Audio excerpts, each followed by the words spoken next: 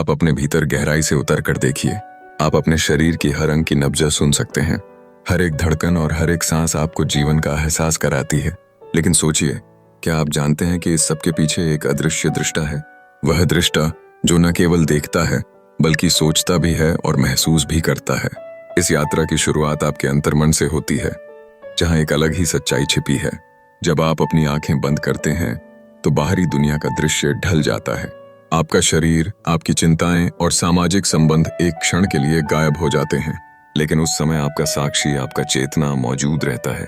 यह दिव्य लौ जो भीतर जलती है, आपको वास्तविकता के गहन स्वरूप का एहसास कराती है। असली आप वही है जो इस अदृश्य दुनिया में सब कुछ देख रहा है। इस साक्षी चेतना का वास्तविक स्वरूप बेहद व्यापक है। जब हम मस्तिष्क को ध्यान में लाते हैं तो पाते हैं कि मस्तिष्क केवल एक साधन है, चेतना का एक हिस्सा। यह चेतना ब्रह्मांड से स्वतंत्र नहीं है। वास्तव में यह ब्रह्मांड उस चेतना के भीतर जन्मता है। जैसे एक सागर की लहरें उसके भीतर से उठती हैं, वैसे ही यह दुनिया भी चेतना से उत्पन्न होती है।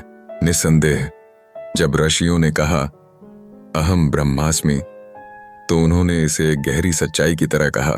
हम सिर्फ ब्रह्मांड का हिस्सा नहीं हैं, बल्कि हम वही चेतना हैं जिसमें यह ब्रह्मांड अपना तमाशा पेश करता है। यह एक अद्भुत संबंध है जहां आप और ब्रह्मांड एक ही धागे में बंधे हैं। लेकिन फिर अगर यह चेतना एक ही है तो हम सब अलग अलग क्यों अनुभव करते हैं? यह अलगाव का प्रभाव क्या है? यह प्रश्न आपको गहराई में जाने को मजबूर करता है, और यहाँ पर रहस्य छिपा है।